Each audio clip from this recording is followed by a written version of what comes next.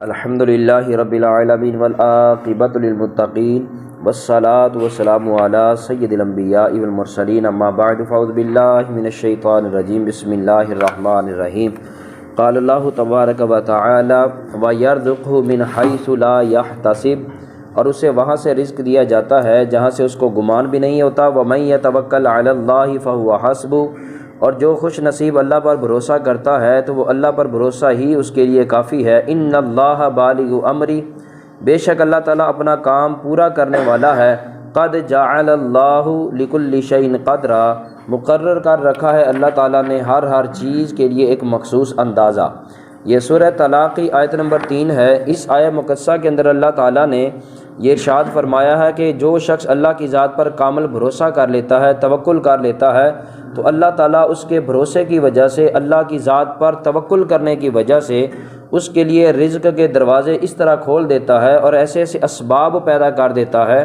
فرمایا وَيَرْزُقْهُ مِنْ حَيْثُ لَا يَحْتَسِبُ، فرمایا کہ بعض مخصوص جگہ ایسی ہوتی ہیں یا کچھ ذرائع آمدن ایسے ہوتے ہیں جہاں سے بندے کو امید ہوتی ہے کہ مجھے اس ذریعے سے بھی کچھ مل سکتا ہے، اس ذریعے سے بھی مل سکتا ہے، اس سبب سے بھی مل سکتا ہے۔ لیکن فرمایا کہ جس کا اللہ کی ذات پر توکل اور بھروسہ مضبوط ہو جائے، اس کو اللہ تعالیٰ ایسے راستوں سے بھی پھر رزق عطا کرتا ہے کہ جو اس کے وہم و گمان پہ بھی نہیں ہوتے۔ اس لیے فرمایا لا یحتسب، ہر شعبہ زندگی سے تعلق رکھنے والا شخص اس بات کو اپنے ذہن میں رکھے کہ وہ جو بھی کام کرتا ہے، جو بھی کام کاج کرتا ہے، کاروبار کرتا ہے، مزدوری کرتا ہے، کسان ہے تو کھیتی باڑی کرتا ہے کہ اور اسی طرح ریڑھی بان ہے، کوئی بھی شخص جہاں سے بھی اس کا اللہ تعالیٰ نے ذریعہ آمدن رکھا ہے، اس کے لیے حکم یہ ہے کہ تو کسب کر، محنت کر، اپنے ہاتھ کو چلا، اسباب کی طرف تو بڑھ اور نتیجہ جو ہے وہ اپنے رب کی ذات پر چھوڑ دے۔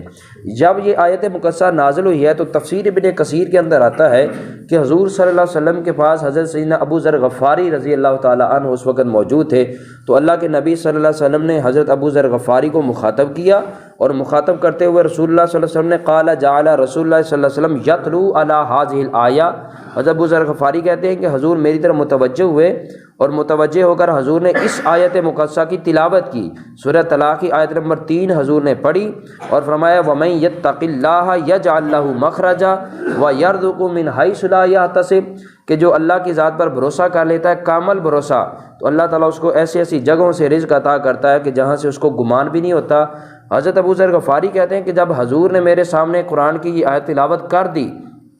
حتیٰ اذا فارغ من الآیہ، جب آپ اس آیت مبارکہ کو پڑھ کر فارغ ہو گئے، ثم قال یا ابو ذر، فرمایا کہ ابا ذر میں تجھے یہ خبر دینا چاہتا ہوں کہ لو ان الناس کلہم اخذوا بها، فرمایا کہ اگر ساری روئے زمین کی ساری انسانیت، سارا جہان اور ساری شرق تا غرب، شمال تا جنوب، وہ ساری کی ساری مخلوق اگر اللہ کی ذات پر بھروسہ کرتے ہوئے اس ایک قرآن کی آیت پر عمل کرنا شروع ہو جائے تو ان کے لیے یہی کافی ہوگی۔ فرمایا کہ کلہم اخذوا بہذا کفتہم، فرمایا وہی ایک آیت ان کے لیے کافی ہوگی۔ مطلب کیا ہے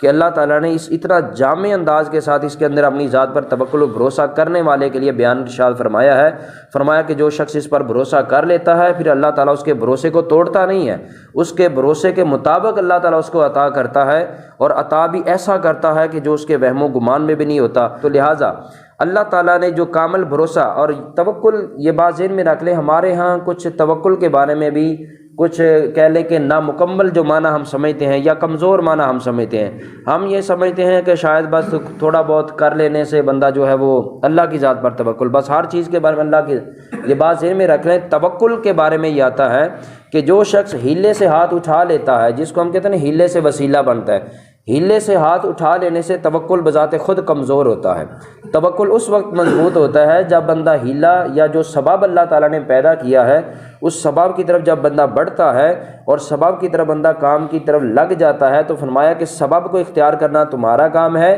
پھر اس سبب کے نتیجے کے اندر تمہیں اللہ تعالیٰ نے جو نتائج دینے ہیں وہ اللہ تعالیٰ کے ذمہ ہے۔ اس لیے مولانا روم رحمۃ اللہ تعالیٰ علیہ وہ بڑی خوبصورت بات بیان کرتے ہیں، وہ فرماتے ہیں گر توکل می کنی در کار کن کشت کن پس تکیہ بر جبار کن، فرمایا کہ تیرا کام یہ ہے کہ تو اللہ کی ذات پر بھروسہ کر، لیکن بھروسے کے ساتھ ساتھ زمین کے اندر تخم بھی لگا، بیج بھی لگا، بیج لگائے گا تو اس کے بعد پھر فرمایا کہ تکیہ بر جبار کن، بیج زمین پر لگا دے اور اپنے رب کے حضور تکیہ کر، بھروسہ کر۔ پھر رب کا کام ہے اس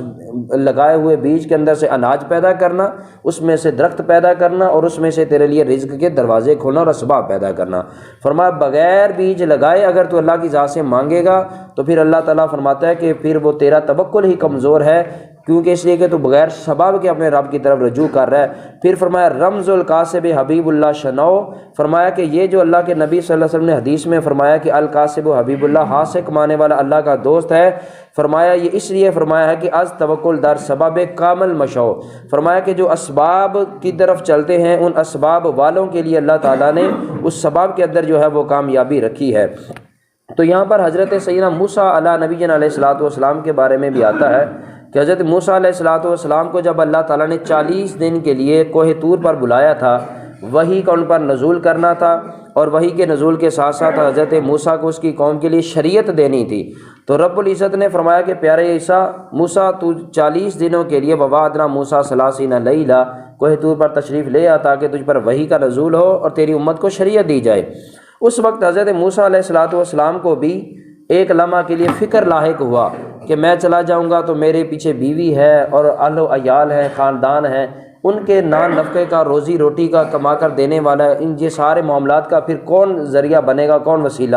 اس وقت حضرت سیدنا موسیٰ علیہ الصلوۃ والسلام ایک چٹان کے ساتھ ٹیک لگا کر کھڑے ہوئے تھے جب آپ کے ذہن میں یہ خیال آ رہا تھا، اور ہاتھ میں آپ کے عصا مبارکہ تھا۔ تو اللہ رب العزت تو ہر انسان کے دلوں کے رازوں سے بھی واقف ہے۔ اللہ رب العزت نے حضرت موسیٰ علیہ الصلوۃ والسلام کے دل کا یہ خیال جانا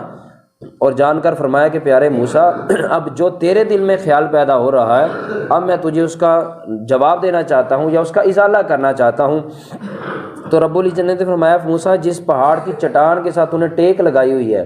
اس پہاڑ کی چٹان پر اپنے عصے کو مارو، اپنے اس ڈنڈکے کو مارو جو آپ کے پاس تھا۔ فرمایا اضرب بعصاک الحجر، آپ نے اس چٹان پر جو عصا تھا اس کو مارا تو وہ چٹان جو کھل گئی، پہاڑ یعنی کھلا، اور اس کے اندر سے آپ کو ایک پتھر نظر آیا۔ تو رب العزت نے فرمایا اضرب بعصاک الحجر، اب اس پتھر پر بھی اپنا عصا جو ہے وہ مارو۔ پھر آپ نے اس پتھر پر مارا جو چٹان کے اندر پڑا ہوا تھا، پھر وہ بھی شک ہوا، وہ بھی کھلا، پھٹ گیا۔ اب اس کے اندر سے تیسرا پتھر حضرت موسیٰ علیہ الصلوۃ والسلام کو نظر آیا، تو رب العزت نے پھر فرمایا اضرب بعصاک الحجر، اے موسیٰ اس پر بھی مارو۔ تو حضرت موسیٰ علیہ الصلوۃ والسلام نے پھر اس پر بھی مارا۔ اب دیکھیں پہلے چٹان ہے، پہاڑ ہے، وہ کھلتا ہے تو اندر ایک پتھر ہے، وہ کھلتا ہے تو اس کے اندر ایک پتھر ہے، پھر وہ تیسرا پتھر کھلتا ہے تو حضرت موسیٰ علیہ الصلوۃ والسلام نے جب وہ پتھر کھلا آپ نے دیکھا تو اس کے اندر ایک چھوٹا سا کیڑا تھا اور اپنے منہ میں کوئی کھانے والی چیز لے کر کھا رہا تھا۔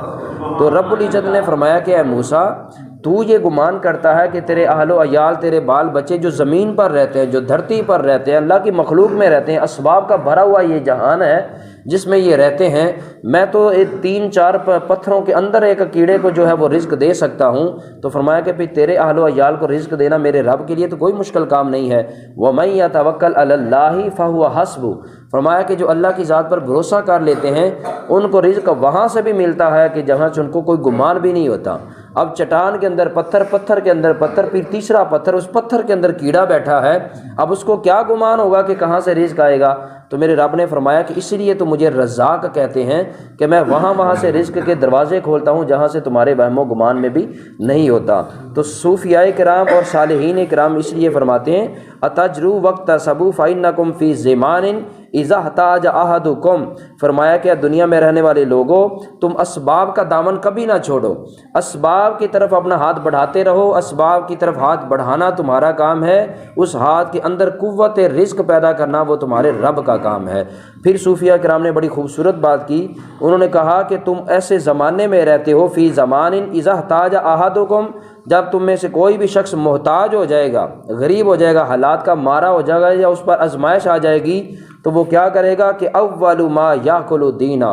فرمایا سب سے پہلے یا اپنا وہ دین بیچے گا یا اپنا وہ ایمان بیچے گا۔ اس لیے فرمایا کہ محنت کرتے رہا کرو، کسب کرتے رہا کرو، کسی نہ کسی کام میں لگے رہا کرو، کام میں لگنا تمہارا کام ہے، نتائج کا ظہور کرنا وہ تمہارے رب کا کام ہے۔ فرمایا کہ جو بندہ نتیجے سے پیچھے ہٹ جاتا ہے یا کسب نہیں کرتا، ہاتھ نہیں کماتا، اسباب نہیں بڑھاتا، تو فرمایا کہ ایسے بندے پھر محتاج الوقت ہوتے ہیں، اور فرمایا کہ جو محتاج ہو جاتے ہیں پھر ان کے بعد دو ہی راستے ہیں، یا وہ اپنا دین بیچنے لگ جاتے ہیں یا ایمان بیچنے لگ جاتے ہیں۔ تو فرمایا کہ ایسی نوبت سے بچو کہ جس نوبت میں آ کر تمہیں اپنا دین یا ایمان بیچنا پڑے، کچھ نہ کچھ کام کے اندر لگے رہا کرو۔ اور اس کے ساتھ ساتھ یہ بھی بات ذہن میں رکھیں کہ توکل کا مضبوط ترین جو معنی ہے اور بھروسہ جس کا معنی جو کیا جاتا ہے مضبوط ترین، وہ یہ ہے کہ بندہ جو اسباب اللہ نے رکھے ہیں وہ اسباب پہلے پورے کرے اور توکل اللہ کی ذات پر بعد میں کرے۔ حضور صلی اللہ علیہ وسلم مسجد میں تشریف فرما، ایک شخص اونٹنی پر سوار ہوتا ہوا آیا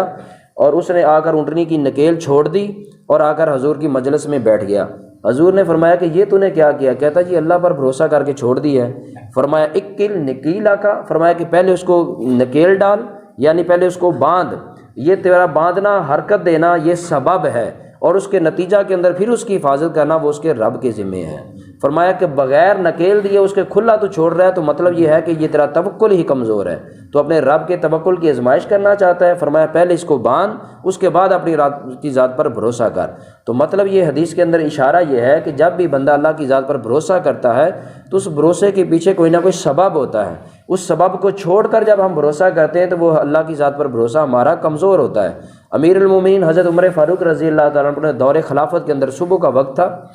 عمومی طور پر صبح کا وقت کام کاج کا وقت ہوتا ہے، ہر بندہ اپنے اپنے کام کو نکل جاتا ہے۔ کوئی گھر میں کسی کو بلانے کے لیے جائے تو آگے سے گھر والے بھی کہہ دیں تجھے نہیں پتہ کہ کام کا ٹائم ہے، اس وقت تجھے گھر میں کون ملے گا؟ تو عمومی طور پر ہر زمانے کے اندر صبح کا جو وقت ہوتا ہے کھانے پینے کے بعد، یہ ہر بندے کے اپنے اپنے کام کاج کا وقت ہوتا ہے، جو بھی کسی کا کام ہوتا ہے۔ حضرت عمر فاروق رضی اللہ عنہ کا معمول تھا کہ آپ بازاروں کا چکر لگایا کرتے تھے، جو بالکل آج کے زمانے ویلے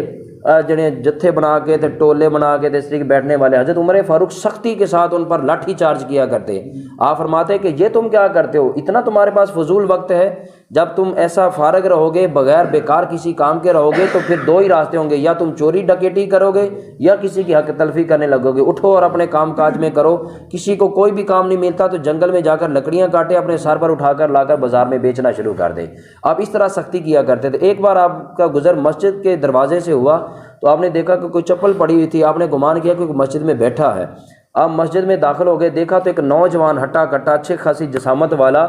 سکون سے بیٹھا ہوا ہے۔ آپ نے فرمایا کہ ہاں بھی تو یہاں کیوں بیٹھا ہے؟ کہتا جی میں اللہ کی بارگاہ کے میں آ کر بیٹھا ہوں، اللہ کے گھر میں بیٹھا ہوں۔ فرمایا کہ اللہ گھر میں بیٹھا وہ تو مجھے بھی نظر آتا ہے، نماز کا وقت نہیں ہے، تو یہاں پر کیا کر رہا ہے؟ کہتا ہے کہ یا حضرت میں اللہ کی ذات پر بھروسہ کر کے بیٹھا ہوں۔ فرمایا تیرے بچے ہیں؟ جی ہیں۔ گھر بار ہے؟ جی ہے۔ تو پھر کام کاج کیوں نہیں کرتا؟ میں اللہ کی ذات پر بھروسہ کر کے بیٹھا ہوں، میں اس کے گھر میں بیٹھا ہوں، وہ خود ہی مجھے عطا کرے گا۔ آپ نے فرمایا کہ کیا تو اللہ کی رحمت اور اللہ کے بھروسے کا امتحان لے رہا ہے؟ چل نکل جا کر کام کاج کر، جو بھی کام ملتا ہے، اگر کچھ نہیں ملتا تو کلہاڑی میں دیتا ہوں، جنگل سے جا کر لکڑیاں کاٹ اور بازار میں جا کر بیچ، اس بیچنے کے بعد اللہ کی ذات پر بھروسہ کر، اللہ تعالیٰ اس کے اندر برکت پیدا کر دے گا۔ تو مطلب یہ ہوا کہ اسباب کے بغیر اللہ کی ذات پر بھروسہ بھی نامکمل ہوتا ہے۔ آج کا ہمارا درس توکل اور بھروسے پر مشتمل تھا، اور آج کے درس کے اندر ہمیں بھی اس سے سبق حاصل کرنا چاہیے کہ انسان دنیا جہان کا کوئی بھی کام کرتا ہے، جو بھی اس کا شعبہ زندگی ہے،